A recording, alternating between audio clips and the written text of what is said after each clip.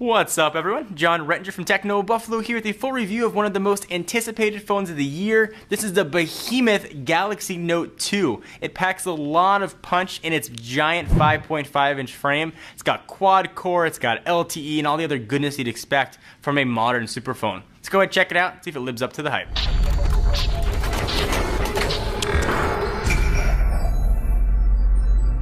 So we've broken up this review into 6 parts. We're going to cover call quality, hardware, software, fragmentation, size, and eventually come to a conclusion and a 1 to 10 Techno Buffalo score. So let's begin with call quality. If it doesn't make good phone calls, no matter what else it can do, it's not going to be of much use to you. The phone offers great call quality, and it sounds like Samsung has made huge improvements over the original Galaxy Note. I felt that at times it was hard to listen to callers on the other end with the original Note, but with the Note 2 I made a call at a very loud restaurant and I could hear just fine.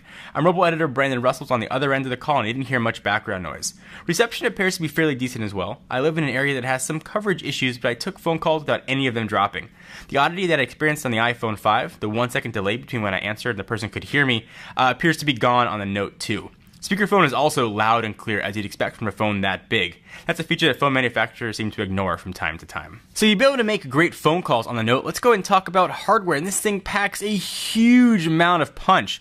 The phone is made of plastic, as have most Samsung phones of the past couple years. That's kind of a bummer, but it's just a material Samsung and a lot of other manufacturers use to build phones. I don't think they're going to be going away from it anytime soon. That being said, the quality of the build is drastically improved over the original Note. It also feels and looks like the Galaxy S3 and includes the same hardware home button that is just bigger. So I really like the design of the Galaxy S3, and I think Samsung was pretty smart to stick with it. Consumers like familiarity, and people buy things they're used to seeing. In terms of build quality and durability, having used both the S3 and the original Note extensively, I believe the Note 2 will hold up a lot better than the original. The S3 and the Note both offer high gloss finishes with a replaceable back panel, so you don't have to worry about scratching. Since it's replaceable, you can always buy another one. I will say, however, the previous Note's back panel was quite flimsy and easily showed wear on its back after a couple months of use. It looks great visually, especially the chromatic flare of titanium gray model has. It also feels nice in your hands with its rounded corners. With a 5.5-inch display phablet in your pocket, you're going to have to deal with a bit of weight.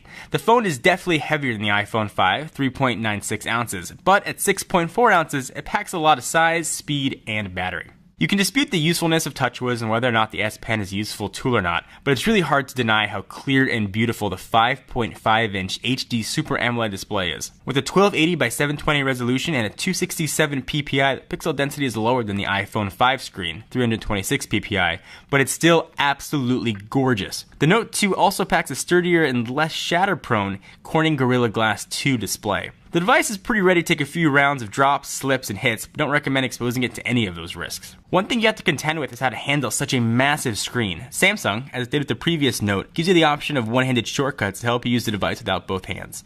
One-handed operation gives you modes with virtual keyboards and ability to unlock with just one hand. Alright, let's talk about processor. This thing is an absolute screamer. It's rocking Samsung's own 1.6 GHz Exynos 4412 quad-core processor, and this thing does not disappoint.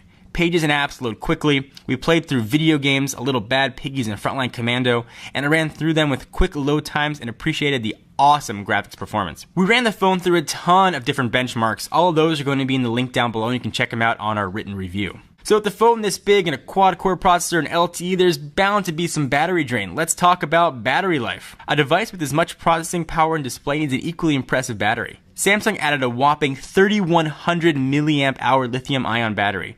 The number might not mean much to most, but it basically translates to really awesome battery life. For comparison's sake, the iPhone 5 is allegedly a 1440 mAh battery, and the Droid Razr Max offers a 3330 mAh battery. I didn't use any of the battery saving options that come packed on the OS, nor did I turn the display's brightness down at all. I tried really hard to drain the phone's battery, and found it lasted 12 hours after 8 hours of phone calls and some video games and web browsing, using HSPA+, Wi-Fi, and Bluetooth enabled. I'd say those pretty impressive results considering the large display and fast processor. Alright, so let's talk about video and camera quality. I love the camera on the original Note. I thought it took gorgeous photos, and of course the instant gratification of viewing those photos and videos on the massive screen made the experience that much more enjoyable. If you like the shots of the Galaxy S3, you won't be disappointed with the camera in the Note 2. By all accounts, technical specs haven't changed much on the cameras.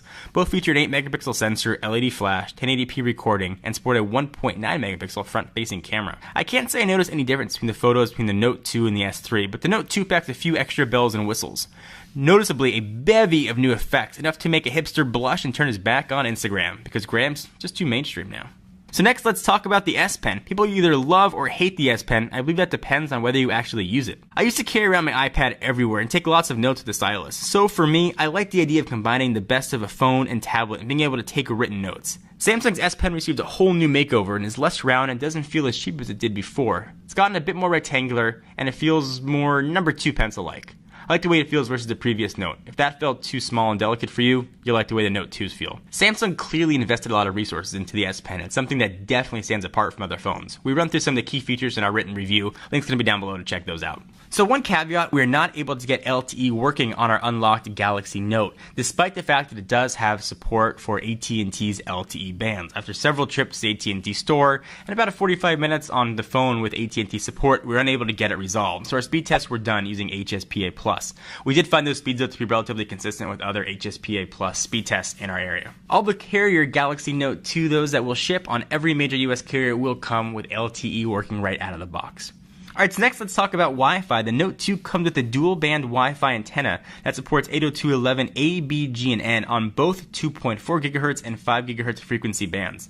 The phone always maintained a solid connection and didn't experience any Wi-Fi drops during my test. It's also important to note that the Note 2 comes with Bluetooth 4.0. Tried it out in my car and it worked pretty well. Bluetooth 4.0 enabled me to seamlessly stream music even from Pandora to my car. It was a much smoother experience than with the iPhone 5, but could be dependent on the car and not the actual phone. Alright, next let's talk about software. This guy's rocking Jelly Bean right out of the box. I'm really excited to see devices start rolling out with Jelly Bean installed. We talked about Jelly Bean's features, so I won't really go too deep into them. So a couple that I'll quickly note as my favorite are Google Voice Search and Google Now. Google Voice Search is the Android equivalent of Siri. Quite frankly, I like Apple Siri integration more than Google Voice Search. Still, I appreciate the UI and the less robotic sound of Google Search over Siri. I love Google Now's ability to foresee traffic delays, and I found that a really great personal assistant. We could really spend forever talking about the pros and cons for and against Siri and Google's own applications, but competition is great for these worthy competitors. I think these applications are still a few versions away from perfection, but as long as they keep getting better, I think we're all going to be pretty happy in a few years. S-Voice, however, seems like something Samsung should bring behind the barn and shoot. S-Voice does appear to be more accurate than on the gingerbread and ice cream sandwich versions of the Note. However, I do find it redundant to have a Google version of an app that does similar functions to Siri or Google Voice Search, but that falls very, very short. I prefer the purity of Android Jelly Bean. I think that most carriers and hardware manufacturers mess with the OS and add their own spin to it. The intention is, I'm sure, well intended, but in execution I find that features end up missing or totally botched. TouchWiz is definitely in the same category. I understand you get a few more morsels of features that Samsung adds to devices, but Jelly Bean can stand on its own without any meddling developers. However, in this iteration, I do appreciate a few TouchWiz nuggets. The ability to easily view 2 apps at once is incredible, and I love that I can pop out a video for viewing on the home screen, and the experience is still extremely smooth. Blocking mode is one of Samsung's many additions to Jelly Bean. It appears in the Samsung Galaxy S3's Jelly Bean update, as well as the Note 2, and is essentially the same functionality as iOS 6's Do Not Disturb feature. Motorola's variation, called Smart Actions, definitely does this the best, as it learns what you do and records these privacy settings. Both iOS and Samsung's TouchWiz versions require you to manually turn these settings on or off, which means it lacks the intelligent know-how of Smart Actions. So you can say what you want about hardware fragmentation across Android devices, but I feel developers have done a pretty awesome job integrating the Note 2's larger size.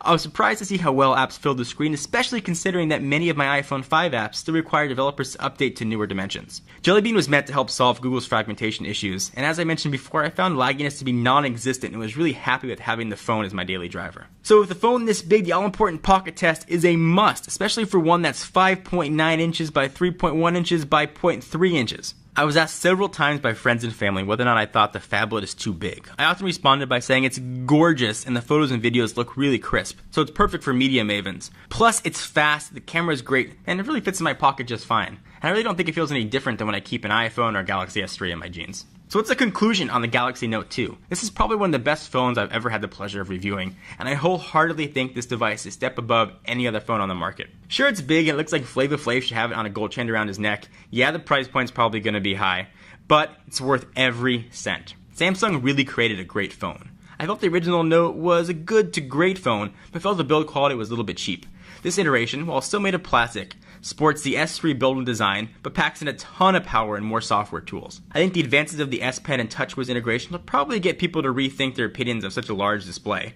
With the phablet, you really do eliminate the need to carry around a phone and a tablet. The hardware beats anything else on the market, especially when it comes to the quad-core processor. So I give the Note 2 an extremely high but worthy 9 out of 10 and an editor's choice. I took a full point off for some odd TouchWiz features that were less than appealing, S-Voice, disjointed integration, and blocking mode being fairly unintuitive.